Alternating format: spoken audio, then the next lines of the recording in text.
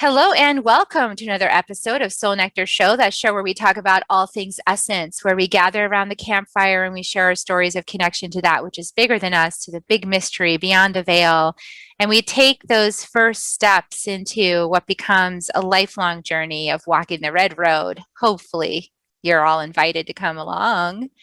And you might find something very precious and potent and powerful, and something I like to call soul nectar on that journey, on that road.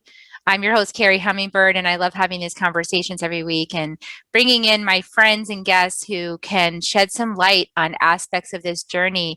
Because I just noticed that sometimes it's helpful to hear a sister or brother talk about something that you're going through, and they put words to something, and it's like, that's it. That's it. That's the thing I'm feeling. That's what's happening for me. And that helps us all learn and grow together. And so every week I come on and I bring my friends, and I have a lot of friends. And today's friends, I know because we share lineage together. We've both walked through the Power Path program together and done those teachings and been had those gratitude, love, and awe moments, those glah moments, like, whoa, this is so trippy. This is amazing. And then, Catherine is a teacher in her own right. So welcome, Katherine Skaggs, to the show. Hey, Carrie, great to be here as always with you. I love being with you and talking with you about all things amazing and mystical. Yes, the mystical. And you have a new book coming out, which is The Artist Shaman Healer Sage: That's right. Timeless Wisdom, Practices, Ritual, and Ceremony to Transform Your Life and Awaken Your Soul. And I want to say to everybody, like, yeah, there's the book. It's so, like, her artwork is all through the book. Oh, It's here's like one of the pages. Yes. beautiful artwork. And I've shared, Catherine, I've shared your artwork before in my various communities because, of course, you painted that beautiful soul portrait of White Eagle. And then I saw it and I was like, it was an awakening moment for me. It was like, oh, wait a second. That's like the one that helps me. So that's some cool stuff. So, yeah, very accurate, and such, like, they're like portals into the divine. And we talked about that on your last episode of Soul Nectar Show. So we were just talking before the show, everybody, just heads up, Catherine and I were chatting away before we started the record. And what's really up right now, and maybe some of you are feeling this, is that there's a change in the field. Like, there's something really shifting at a major level. And I hinted at this in the interview with Sophia Wise one. If you listen to that interview, that was just like a week ago or so, I think, by the time this comes out. You'll hear her downloads she got from her grandmother, um, medicine women that help her on her journey, and said that, time is now. We've all been asking for the time to be now, and now is the time, and now is going to take about 4 months.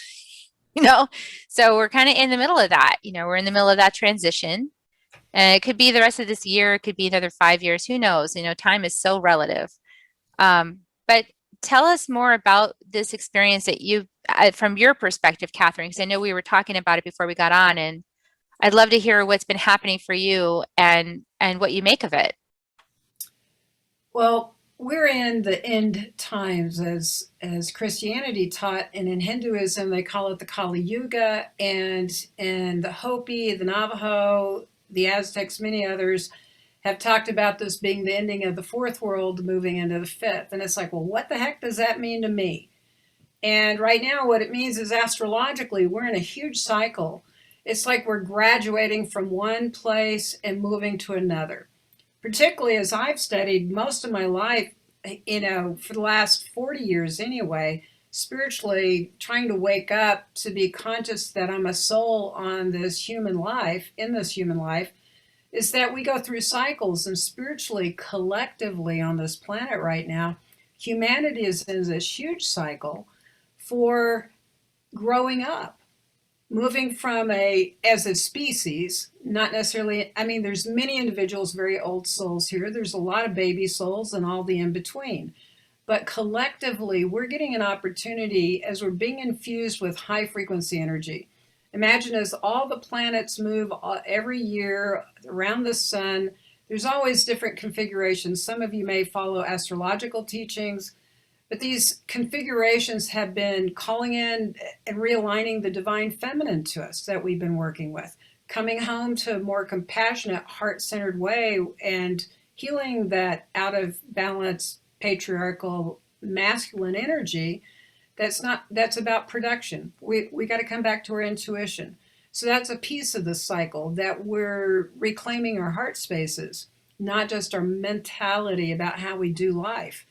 And so this energy that's coming in is causing a breakdown of a lot of the old patterns and the old foundational ways that we've been doing the last 100 years, 200 years, thousands of years, where we have been experimenting as a species. And there's been a lot of conquering going on in this masculine patriarchal model. And that no longer serves humanity. You know, as a species, I'm not just talking about the shift that we're noticing. We've got COVID, we've got all these changes going on around the world that we're having to navigate differently. That is part of the landscape. But what it's doing with us, that outer external landscape, whether it be astrology or our politics or Black Lives Matter or COVID, all these things that are triggering us to change, is that there's something being called to us, the inner Christ, the inner Buddha, the higher inner shaman, to wake up. You'll see people just out of the blue reaching for a spiritual book, trying to understand what is happening, not just on a linear physical level, but on a spiritual level, is that this is about becoming conscious that we are creating our reality, we are dreaming this, and that there's these larger circumstances that are container that we're in that is tempering us as a soul within a human body. To understand that we are spiritual beings having a physical experience, but somewhere in there, if we're going to truly become whole, we've got to take these shadows, we've got to take these difficult situations where we've been devoid of spirit, where we've been out of whack or afraid, and we need to infuse them with our spirituality, with our light, with our heart. And that's where we find wholeness. It's not about flying off the planet in an ascension model. It's literally about being infused as spirit within matter and doing our best to become conscious, wake up, and come into harmony again. And it's a big deal because, I mean, I've been working on this path for quite a few years, and I've had a ton of challenges. I actually posted something on Facebook earlier today, and I had somebody write me and said, "Thank you for putting that up about this last full moon. That was so hard. I'm glad to know that you go through challenges too." I'm like, well, yeah, I'm human. Yeah. I don't care how far I've been practicing spiritual things. I'm very human. And all of this affects all of us. So, yes, it's, you know, what some of the symptoms of this transformation you may be going through is you just can't be the cheerleader all the time. Maybe you've been the cheerleader. I'm kind of a cosmic cheerleader. I've wanted to be the cheerleader. And I'm like, you know what? You also got to go down into the depths of transformation if you really want to be whole and happy. And so you got to face those shadows. You know, and so that is the dissolution of the ego, would be one language some people may talk about, or the dark night of the soul. In shamanism, we'll call it the dismemberment and death process, shamanic death. Doesn't mean necessarily you lose your physical life, but it means everything you've known is changing. It's like our whole reality has changed since we all wear masks everywhere now, at least in my part of the woods, and that we're expected to. And we're expected not to breathe on each other. We're expected to get a vaccine. We're expected to do all these things. And it's like, how do you wake up and have choice within this particular reality now? How do you become part of the change that brings more harmony? So you may have to let go of some old ways of being. Most likely you're being forced into it if you're not consciously creating, praying, and doing something spiritually every day to have an understanding, not only just an understanding, that sounds intellectual. You may have an intuitive knowing, which is awesome, but it's literally a transformative energy where you're not going to be like you were yesterday or 2 years ago or 10 years ago. You're going to be entirely transformed, like a diamond happens out of coal because of all the pressure. And it's like we've got these energetic spiritual forces sending pressure into our physical reality to help us understand that we're actually spiritual beings and that there is this graduation that we're in, so that we can be more light, so that we can be more love, so that we can truly evolve beyond where we've been. And not everybody will graduate, I don't think, but I think the entire species is being given an opportunity, and many, many are being called to become conscious, to become more loving, to hold space for others on their journey, and that we're in this together. That whatever you and I do affects the rest of reality, just like what everybody else does, we feel and sense whether we know it or not. So that's kind of, does that help? I mean, it's like, it's, the Kali Yuga, the end times, wherever you call it, is death of the ego.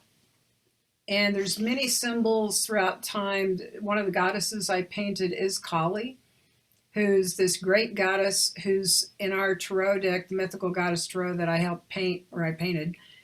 She's this wild looking black blue goddess with black hair, and she's got blood on her, and she's got skulls around her neck and around her waist, and she's got a head in her hands. And it's like, if you don't have any idea what that symbolizes, you go, oh no, not that. It's kind of pretty scary.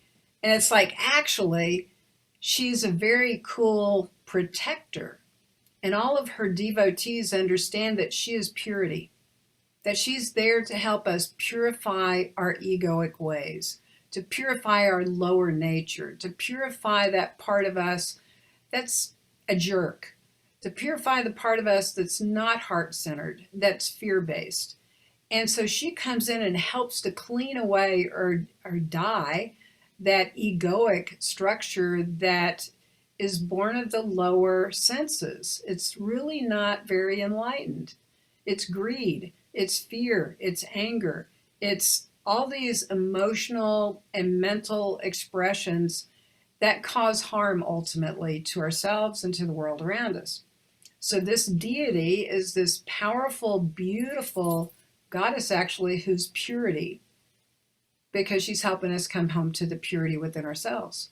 So imagine if you're of the shamanic realm, you can call this beautiful goddess as your ally to help clean your heart and clean your mental thoughts, to support you in this death process of letting go of the, how many of you have gone through something, and particularly relationships? Have you found relationships are up, Carrie?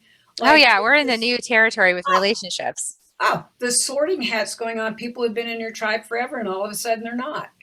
And it's not necessarily all of a sudden, but it seems sudden in our consciousness at times, where that it's just not working anymore, and you got to go do something different, or you've got to really invest in a lot of work for both of you to clear your triggers, that you can't project onto someone else that they did it to you anymore. That's part of waking up, is 100% personal responsibility, that this is your dream and those people are there for a reason, so you can become more forgiving, more loving, more awake, better boundaries, love yourself better. And then you two can decide whether to continue the play. Because it's not about whether they are there or not. It's whether or not you can be in harmony and in balance in how you show up with each other. And that's, it's like, that's happening at work. It's happening in our personal relationships. It's happening in how we view the world. Part of what's dying is like, we're in a very extreme duality right now. Our duality seems bigger, even though it's always been there. And I've heard the word extremism recently. I'm like, that's it. That's what's describing this split, so we can actually come back into unity, is to see all the places where we blame something outside of ourselves. And it's like, you know what? We've got to own all this stuff, in that there's ancestral healing, there's mass consciousness healing, that these things that are going on today are very old. So whether it be racial bias, which we talked about earlier, Black Lives Matter, people of color, anybody where there's injustice, and we're at each other, that somebody's better than the other, somebody's right over wrong, that's a really big thing that we're having to find inside of ourselves to heal. so that we can show up and love everybody. So we can show up and be equal, even if we're different. That we can show up and actually not be afraid of our fellow humans and create a new way of being that says there's enough for everybody. We need to figure out how to be in harmony instead of this old slave model that we've had going on for centuries, actually thousands of years. You go beyond the United States, you go into all these other places, and at some point there was a cycle that began of power over other. And we're here to heal that in this life. That's part of the death that we have. We have to collapse the structures where that exists. Yeah, collapsing the structures. God, that is so powerful. I definitely am feeling all of that. And I'm feeling like also it feels to me like there's like things are being agitated to the place where we're being agitated out of our indifference. Exactly. I mean, Like, Carrie, I was born in 1958, and I came through that whole 60s era where out of the 50s into the 60s, and it was kind of like Betty Crocker and all these shows that were family shows that everybody's okay and the wife is in the kitchen and the guy is at work and the kids are all happy. And it's like, there's a lot of stuff going on behind the scenes back then, but we did not talk about it. And then the 60s came, and we're very much in a similar, I don't know astrologically, I know there's some similar things going on astrologically as to the 60s. I can't speak to them because I'm not an astrologer and I don't know them exactly. But when we had Vietnam War and when we had all the uprisings, the hippies and all these things against the establishment, the very same thing is going on today in another expanded version to bring things out of the closets. And, it's like sexuality, gender, racial issues, money issues, women, it doesn't matter. It's all on the table for us to look at, because the only way that I'm aware at this point to get to wholeness within the self is that we've got to be courageous enough to look at the difficult things. And it doesn't necessarily mean you need to relive trauma, but you can't stuff hard stuff under the floor anymore. Otherwise, I mean, someone did some astrology this last year that I was paying attention to about these end times, about all this massive sacred destruction taking place, and particularly with the chart of the United States, with all that's gone on politically the last 10 years or so, longer than that, but it seems to have come to a head, right, politically in the last mm-hmm. 8 years, 10 years. And they said it was like opening up the closet and finding out there's mold in there. And so you got to rip that wall out. And then you get into the structure and you see there's mold there. So you start taking it apart. And then all of a sudden you realize every room has mold in it and they're taking everything apart until the house has been disassembled. And that's the astrology in the United States taking place right now, is that we have to look at these things that have caused destruction and we have to address them. And so, let's talk about that. How do we address this stuff? How do we heal through this? How do we manage how it feels and how difficult it is? What do we do? That's such a good question.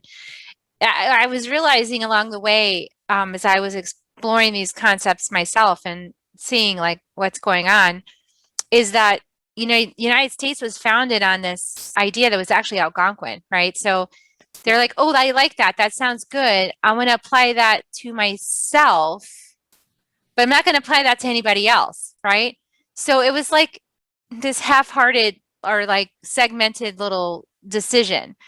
But so I just know that when you form a container for any project, the intention with which you form the container will actually bring you to the culmination of its most highest expression. You'll just be sort of forced into that, bringing it to the highest expression. So like we set a very powerful container for the United States and our government based on these Algonquin principles.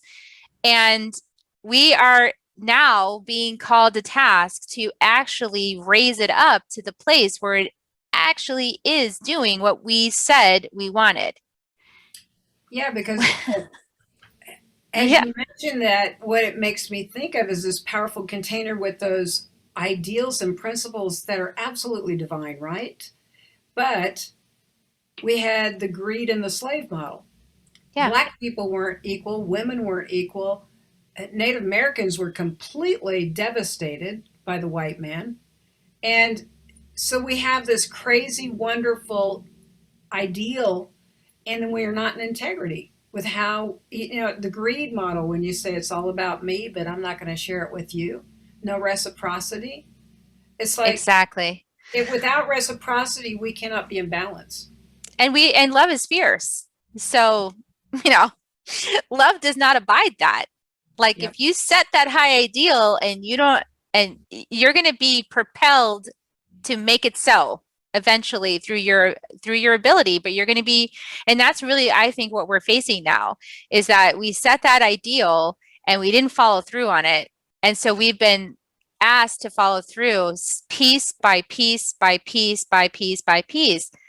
But the thing is, you can't really, when a foundation of a house is set wrong, if you build on top of that foundation, the house is never quite right. It always is leaning in one direction or the other, or the foundation's unstable, the walls end up sagging. Like you have to actually build on a solid foundation. I mean, this is one of the things that like Victor Ramos, who's one of our medicine people that helps us with my 1 year program, and he was giving the example of the kuyas in the mesa.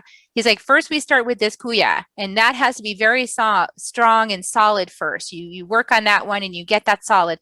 Then when that's ready, you put the next one on, because the foundation and how you lay everything together is very important for its longevity, for its potency, its power. And in the United States, we didn't do that. We set an ideal and then we instantly fell short of it in Yep. setting the foundation of the country. So now we're seeing the fallout from that. Yep. One of the things I'd like to offer up to go along with this is that with the support of spirit and the astrology and the cycles that we're going through to be at this point, that sounds kind of hard. But I'd like to give it another twist to go on top of what you just said, because we know that a bad foundation, as you just said the whole thing, it's not going to last, and it's going to fall apart, and it's going to be messy in the long run. So one of the things I've worked with for a long time, the goddesses is a great, the story of Kali is great. There's some other goddesses who are destruction goddesses. But I'd like to add the word sacred destruction. That this dismemberment, that this dark night of the soul dismemberment type thing we're going through to collapse these structures is a sacred part of our spiritual journey. That I refer to it as sacred destruction. And if you're not aware that there's a bigger picture, it can be kind of scary if you don't trust spirit, you don't trust the divine. So that's a really important place to work on, is to establish that relationship with your infinite divine self, and that you're in this bigger picture. So to cultivate that is a really important foundation spiritually for how to be here on earth. However, I'd love to tell a story about my painting process and my art process. That I was just getting on my spiritual path in my 20s, and I'd gone back to school to get a second degree, my art degree.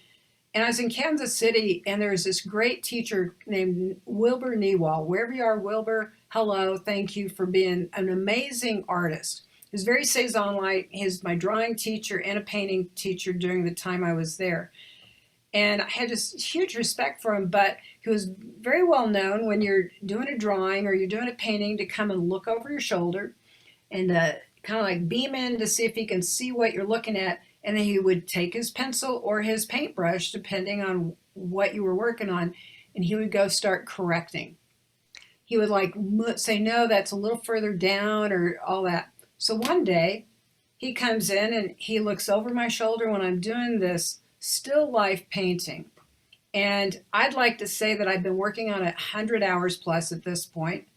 and it's starting to pop. You know, when the colors get just right and there's enough tension between the light and the dark and all that kind of stuff. And I'm thinking I'm close to finishing it. And he looks over my shoulder. He takes the paintbrush with a little cobalt blue and he comes in and he says, you know, the composition would be a whole lot better if you moved it up about 1.5 inches on the canvas. I was like, I had a lot of things I was thinking in my mind at the time that were not pleasant, you know, like shit.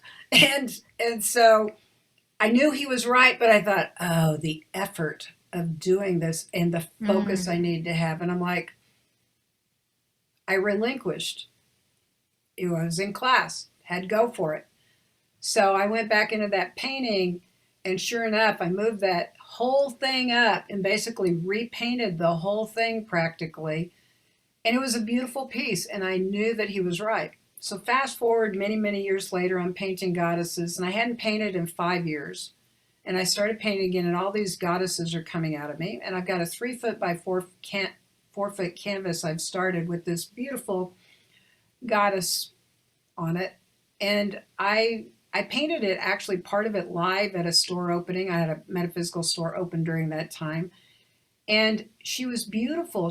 And I got her about 85% done. And I thought, I don't think I can finish her. There's just something not right. So I painted her out all in black. And I remember the people who had seen her were like, oh no. I said, well, she wasn't going to be quite right. And I knew all this stuff from working with Wilbur, that it had given me the courage to let go of something, even though it was almost all right. It wasn't quite, but it was almost. So I went back in, and another painting started to emerge, another goddess. And she was also beautiful and all that, but she got up to that 80 some odd percent mark, and I knew the same thing. So I did it again, and everybody's like, oh no. I said, well, it's just the process. It's not quite there yet.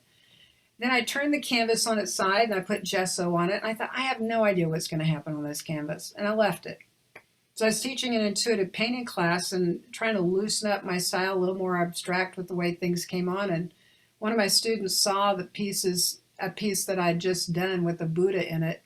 She said, sell that to me. I'm like, oh, it's kind of a sketchy thing. And she said, sell it to me. I'm like, okay. And so I did that. And then that night I taught class. And after not class, I was just goofing around again. And I go, oh my gosh, I know what to do with that canvas now. So I ran up to my studio. I got a 2-inch brush and I went,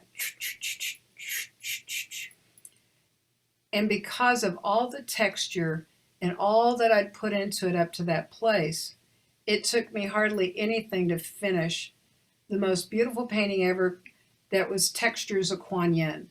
It was a Kuan Yin that developed, and it was, all these various textures created the third thing. It wasn't the drawing or the painting. It was the depth of the texture along with the additional imagery that came. And it downloaded so quick when it was right.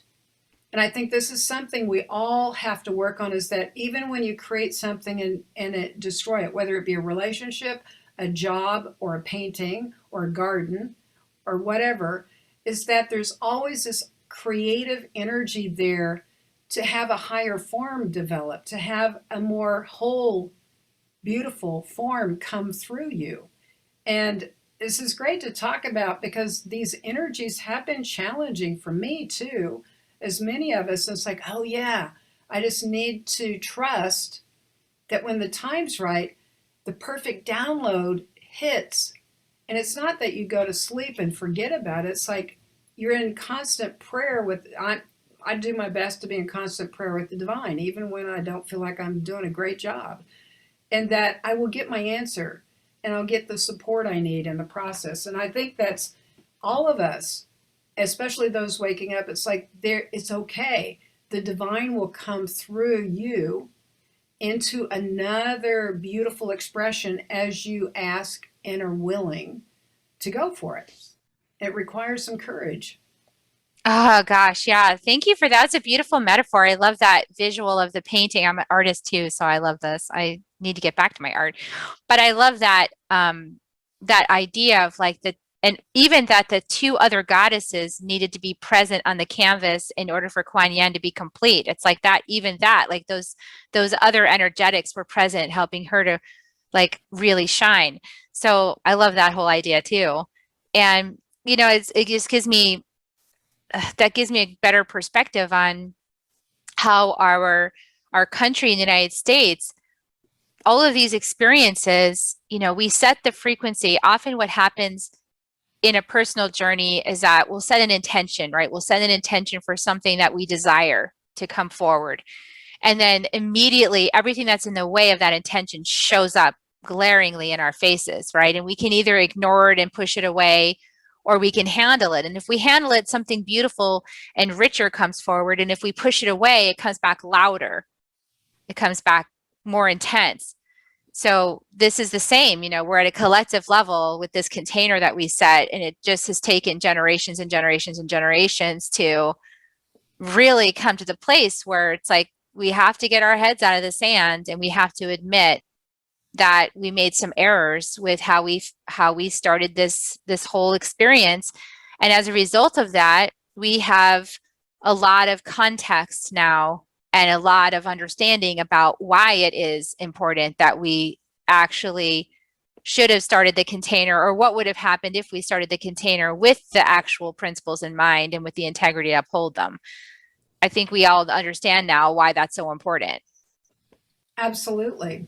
And the good news is because there's people like you and me and all of you others doing spiritual work, we are part of the shift, because every time each of us does a little bit, as we just do our little lives, we're working on a mass consciousness level. Whether you have any idea of it or not, when you said yes to changing your life, when you said yes, I want to know more, when you said yes, I'm going to be a light best I can as I do my life, we're infecting the cosmic, depth and breadth of humanity and beyond anything we know. We're working, it's like in the game of life, we're working, we're like we're in a room called Earth, and yet there's all these other rooms of the universe being woven together. But every time you and I breathe in more love, everything shifts up with more consciousness, and we tap into that. And I find that really is the only answer in the long run, is how to practice that more for ourselves and more for our world. And that the rest, I mean, we think the social media and internet has done so much to connect people, which it has in this game. But just imagine, as you do your own practices, that it's equally as powerful as this program going out. And then any of the biggest broadcasts in the world is that we're broadcasting, and that we're coming around the corner to understanding how connected we are, and that we really are the ones. There's no other. No, it's us. You're just another me. It just looks different. It just looks different appearance. I had this download that during a ceremony last week that if I consider my ancestral DNA and I travel back, my mom has done all the ancestral ancestry work to see like where did we come from. And I think I know it back is like 1500 or something like that. So if I go all the way back to like even just that point, that 1500, and then I take that ancestor and I extrapolate out all the people that have been born and all the people that have been born and all the people that have been born and all the people that have been born ever since then, the ancestors are showing me you're actually in your very body connected with probably about 1 billion people right now. And I was like, whoa, like that's how I'm connected to 1 billion people. That's how I'm in service to 1 billion people. Because I kept saying, I know I need to be in service to like 1 billion people on the planet right now. I'm already doing it. So like, as we do our work, like if you're called to be a healer, you're listening to this and you're like, wow, I want to be in service in that way.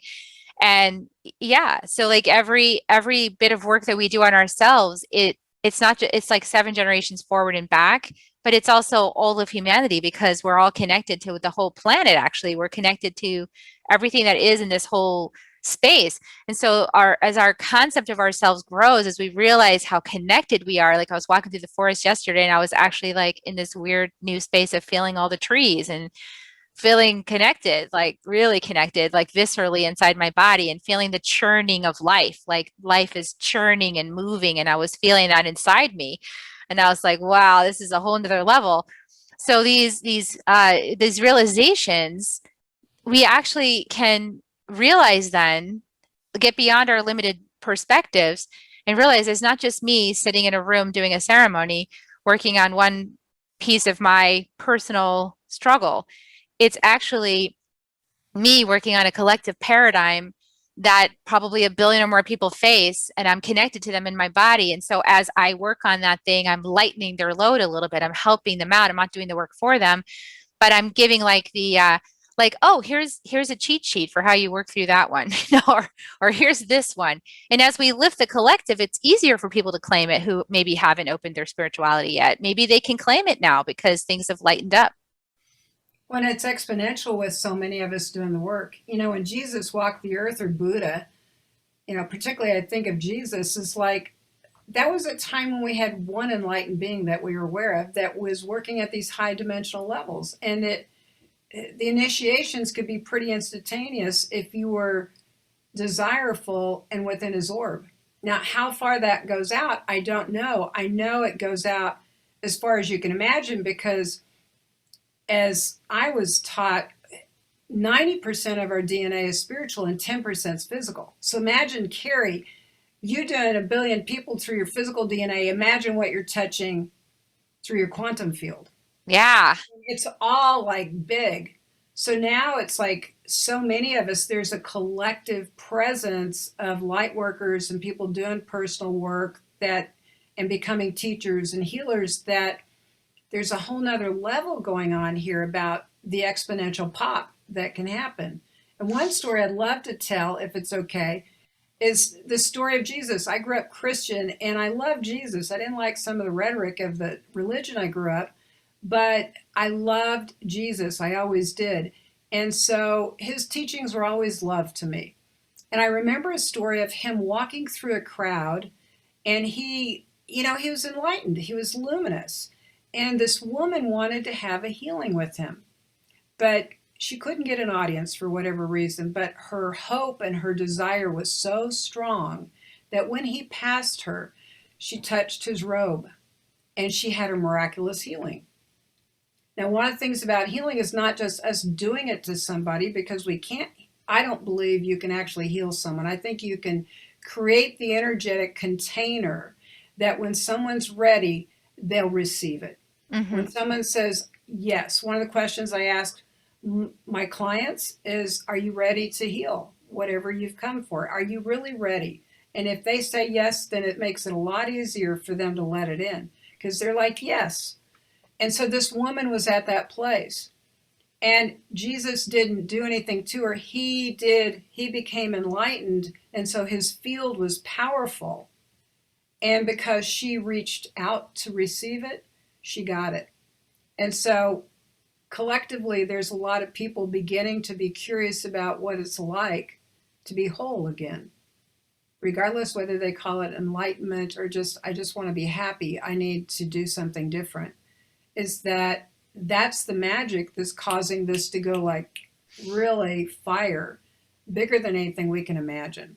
Yes. And it's our interconnectedness, I believe, too, like this web that we've been creating by having all these conversations. And it creates it's an energetic in the space. It's like a verbal light grid.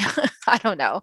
But it just like having all these conversations and putting these ideas into the space, even us having this conversation right now, before I even publish it, it's still in the space. It's still connecting everyone to this new ideas and this new information. And then as I publish it just broadcasts, it amplifies that message that we're having right now. So yeah, it's all, this is the realm of, if you're called to do it, do it, and don't worry about how it's working, because it is working. It is Yeah. working. One of these times too, one of the things I believe that that sacred destruction is really impending on is our linear mind. So like we try to figure it out, and you can't. It's your intuitive heart that's really where all the power is. And then the mind works whatever it needs to help us function in this reality. But I don't think we can figure out our future. We've got to go for our heart's desires, and that creates it through much more powerful energy than a mental thought. We can make mental constructs all day long, but we got to have the heart. We got to trust our intuition, our guidance. Absolutely. And I love your new book because it gives people a way to start to you actually have like ceremony recipes almost, which is so cool, because if you don't know how to do a ceremony for yourself, the book has like actual recipes for like, okay, this, and then do this. And it's like, that's great that way you step people into it. Because eventually the heart will just guide you, to make your own ceremony. But while you're learning how to do it and getting the feel of like having a ceremony, it's helpful to have some prompts and some things to support you in trying it for the first few times. How to work with allies, how to call in different beings of light, how to work with the medicine wheel, and just it's a great overview and that is very multicultural, so which really suits me because I want it all, right? Yeah, me too. I want it all, and I want to see the universality of it. That this is not about one way. It's about universal laws and truths, and it's about a mapping system our soul, our spirit gave to us to wake up and how to live in harmony. And it's a journey, it's an adventure, and we need a good map to refer to. And like you say, there's guidelines in here. This is not like rules of life. It's like, well, there's universal law and truth in there, but you know, I think it's Starhawk in one of her books many years ago. Do you know who she is? She's this great goddess author from many moons ago. I don't know what all she's doing today, but a famous line that I love to refer to when I'm doing ceremonial work is to reference, we're going to do ceremony today just like our grandmothers, our ancestors. We're going to make it up. And so Yeah, we're going to make it up. yeah, Exactly. you're going to channel it in. So once you get some practice of what a ceremony is and how it feels and all that, then you're open to know, oh, I'm calling in White Eagle today, or I'm calling in Mother Mary, or we're working with tobacco. It's like, it's not linear left brain. It's like, yeah, this book is written in words and it's got a lot of pictures in it. It's a fully illustrated, I counted the other day, there's over 74 paintings in here. Beautiful. And so actually, because of the channeling thing that I do, that you do, it's like, you know what? This is a vibrational packet of spirit wisdom. And whether you look at a painting or you read how to do something, it's going to transcend your mental, intellectual self. It's all about getting to the heart. It's all about creating a container, a portal for you to feel comfortable and trusting spirit and trusting yourself that you're on a grand adventure and that you can start your own practice and maybe you're already a practitioner. There's a lot in here that will support deepening that. Maybe you're a new teacher. This is going to be a great reference book or something for your students. But the whole goal of this is empowering you to know you're not alone, that there are some maps for you to help you wake up, and also create tribe. In the very last of this book, I was guided at the very end to talk about tribe and how important it is to share your experiences, to find other like-minded people. And it might be you don't know any right now. Maybe this is one of the things you're jonesing for in your life. And it's like, wow, keep coming back here. Go to our websites, pick up our books, but share that. Find, who in your family says, what are you doing? Or one of your friends that says, you look different. What are you doing? And they go, well, I just picked up this book, or I had this conversation, I listened to this podcast, and I feel like I can do some of this. Or, oh, it's helping me de-stress. Well, share it. Be heart-centered and share it. Don't force it on a single soul, let me tell you. No, that doesn't work. Don't By the way. proselytize. Been down there, don't do that. But when people are interested, it's like, you'll find your tribe mates and some of the most lovely people that you just will probably walk for a long time with. But, create study groups or create conversations. And then when you're ready, take a class with one of us or someone that you're called to. That continues to help you honor your inner voice and your connection to spirit. It's not about following anybody else right now. It is totally about opening up to Yeah, it's that. about your inner journey, Yep, your thumbprint journey. you bet. Yeah, but you can be in community and share your thumbprint journey with other people, and that's super fun. You Absolutely. get a few tips here and there, starting places, so things to start to try. I love that. This is a great book, Katherine. It's a beautiful book. I'll put a Thank you. link to it in the show notes for everybody who go pick up a copy. It's beautiful. It's beautiful. You want to get the print book because it's so beautiful pictures and everything in there.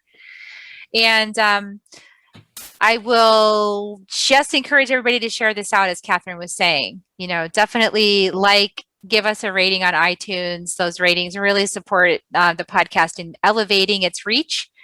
And I'm sharing these message out. As you know, if you've been listening to me for a while, I'm on many other podcasts as well, and I share these messages out. And a lot of people are very like cooked into this whole idea of numbers, like how many downloads do you have? How, before they decide if they want to like let you speak your message on their podcast. And I'm not that way. I don't operate that way, but I know a lot of people do. And hey, if you feel like these messages need to be heard by more people, then help me, get more downloads, so that these other people that are really concerned about the download numbers can get the numbers that they need in order to go, maybe I should have these messages shared on my show, So I could use your support if you want to give it. So appreciate you doing that for me and helping me get out there more and helping Katherine's book get more attention as well. This is a path of deep mystery and beautiful self-awakening. And I love walking the red road, and I love supporting teachers who teach that path. So